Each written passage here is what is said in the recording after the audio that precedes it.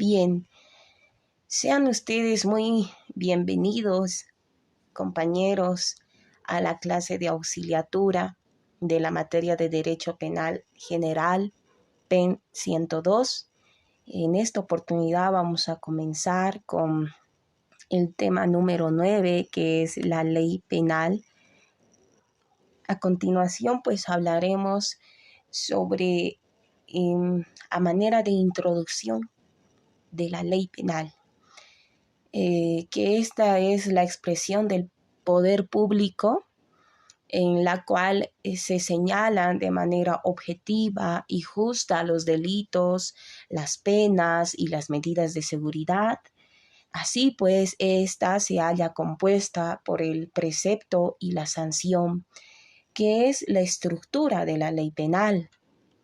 Hablamos de qué es el precepto y qué se encuentra en el precepto. El precepto se encuentra la conducta antijurídica que es merecedora de la sanción, constituyéndola en delito. Ese es el precepto que de manera literal nos va a ir indicando la ley penal por sí sola o por sí misma no prohíbe conductas, sino es por el ordenamiento jurídico, ¿no?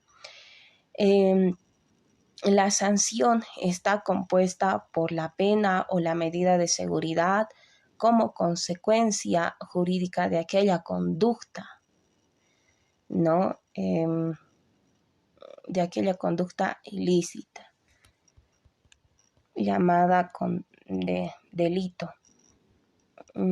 Así también nos dice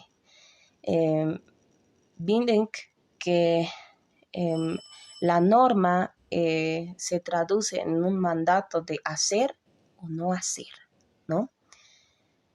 ¿Qué no es prohibido y qué sí es prohibido? Por su parte, también la ley penal nos dice que es la voluntad del Estado que describe las conductas delictivas, es decir, quien define delitos y establece sanciones. Quiero que pues tengan un poquito de observación en esto. La ley penal está conformada por precepto y sanción. Eso es, precepto, sanción. Nos dice que estableces todo delito, estableces también sanción, ¿no? Vamos sobre las características. La ley penal tiene las siguientes características. 1, es exclusiva. 2, obligatoria. 3, irrefragable. 4, igualitaria. ¿Por qué exclusiva? Porque solo la ley penal puede determinar hechos ilícitos como delitos. ¿Por qué obligatoria? Porque es solo para los individuos para contener disposiciones de orden público. No puede dejarse de lado por acuerdo de partes. Cabe decir que estas disposiciones existe el deber de poner en funcionamiento el mecanismo penal. ¿Okay? El juez debe poner en ejercicio la ley para que sea obligatoria. No puede decirse por acuerdo de partes: por favor, señor juez, yo he cometido cierto delito, pero por favor, yo quisiera, qué sé yo, que me pueda dar una pena de 1 año y no así de las de 30, porque tengo hijos. No puede ser un acuerdo de partes. La ley está establecida y como está establecida se tiene que aplicar o ejecutar, ¿no? ¿Por qué decimos irrefragable? Porque 1, no puede ser derogada la ley ni modificada si no es por otra ley de igual jerarquía por el transcurso del tiempo fijado por la misma ley, ¿no? Entonces, debe venir una ley. Si el Código Penal de hoy, esta es derogada, no, y no es modificada por otra, no. Entonces, ¿con qué norma nos quedamos al final? No, es por eso. Igualitaria porque no existen fueros personales que permitan un tratamiento distinto en la aplicación de la ley en casos iguales. Eso ya lo habíamos mencionado, salvo la edad, habíamos dicho. Y pueden revisarlo en el artículo 5 del Código Penal, ¿no? En cuanto a los niños.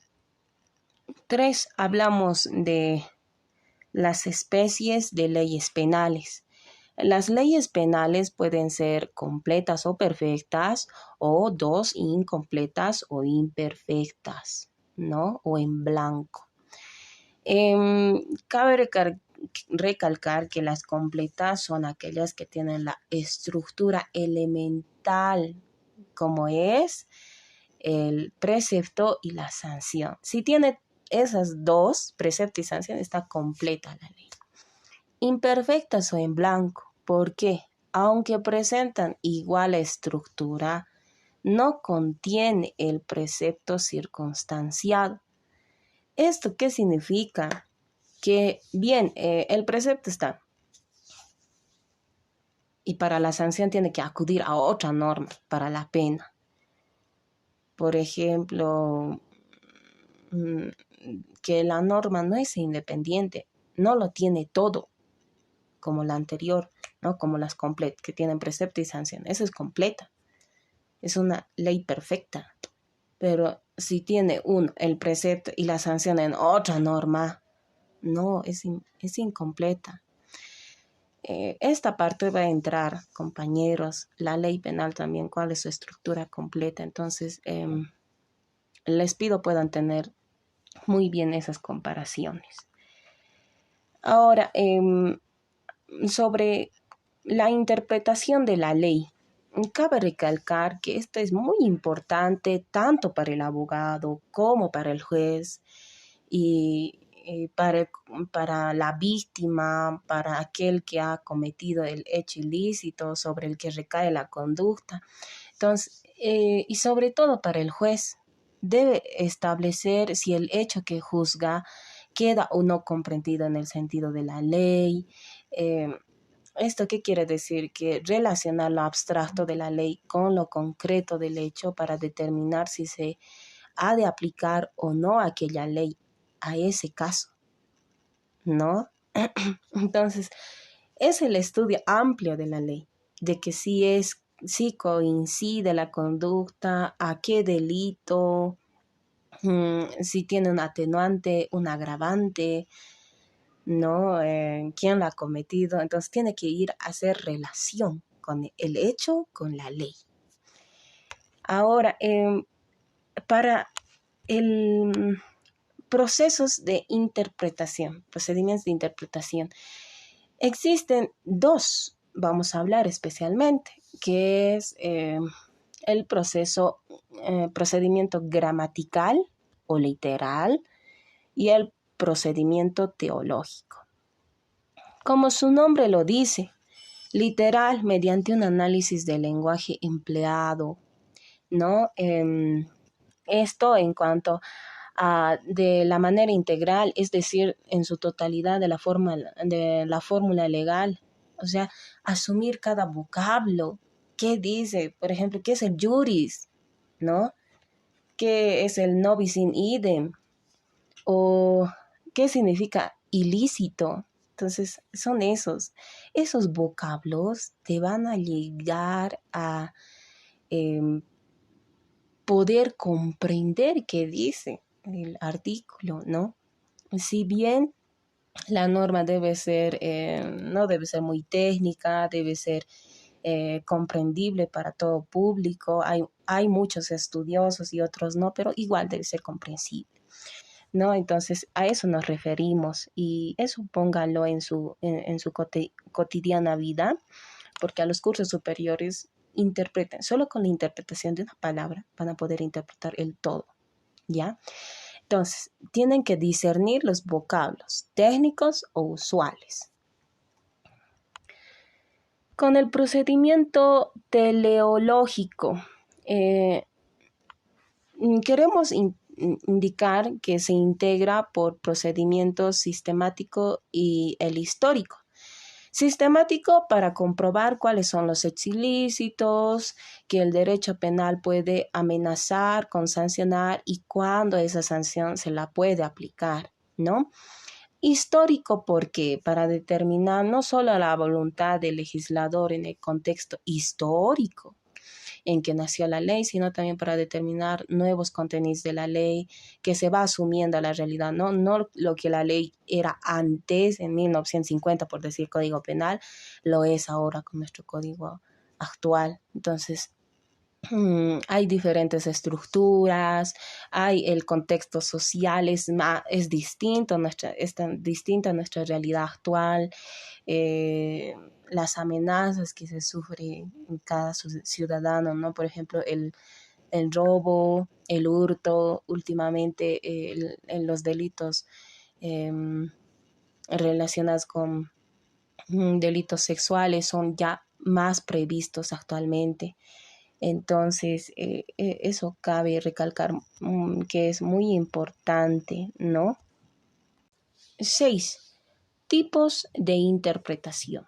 Tenemos dos, por su origen y tenemos por sus resultados. Por su origen tenemos la interpretación auténtica que la hace el órgano legislativo, quien sanciona la norma para su aprobación y luego su aplicación, ¿no? Tiene una validez general, fuerza legal, que estrechamente vincula al juez, puesto que es a su vez quien va a aplicar la ley, ¿no? Así también tenemos la interpretación judicial, que es dictar resoluciones que estén en base a lo que es la normativa legal.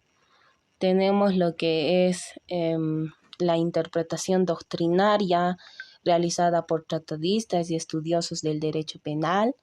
Por sus resultados tenemos la declarativa, restrictiva y extensiva.